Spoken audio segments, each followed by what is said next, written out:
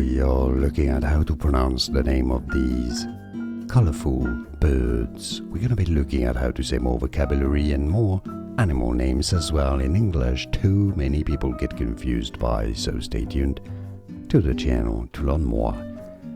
So let's break down the name of these birds from across Africa and Asia and Europe. There's even two different ways of pronouncing it indeed. In English, hoopoe, hoopoe, you have a stress on the first syllable, or hoopoe is also correct. Hoopoe or hoopoo. And now you know. More videos for you here to learn more correct pronunciations of fascinating words in English. Stay tuned to the channel, like this video if you found it useful. Appreciate the support. Thanks for watching.